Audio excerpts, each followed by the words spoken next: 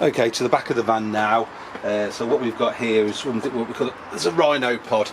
So I've put a cheap universal rubber mat into the back of the van, and this simply goes here, and this comes up. Position this where you want it. This catches here and here, and gives you a sink in here, an electric tap, and waste and fresh water under here, 5 litres for each. So this will give us 5 litres of fresh cold water, obviously not heated. This can be used as heat sensitive, so heat resistant, so it can be used to cook on with a chopping board or whatever as well. And then a useful shelf here, which can be used for your stove.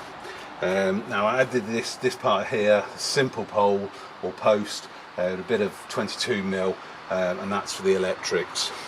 And I've also bought one of these catches as well, and this simply goes into the hook with a catch at the bottom, so when the tailgate is shut it hooks into this and just leave enough gap for the cable to go through.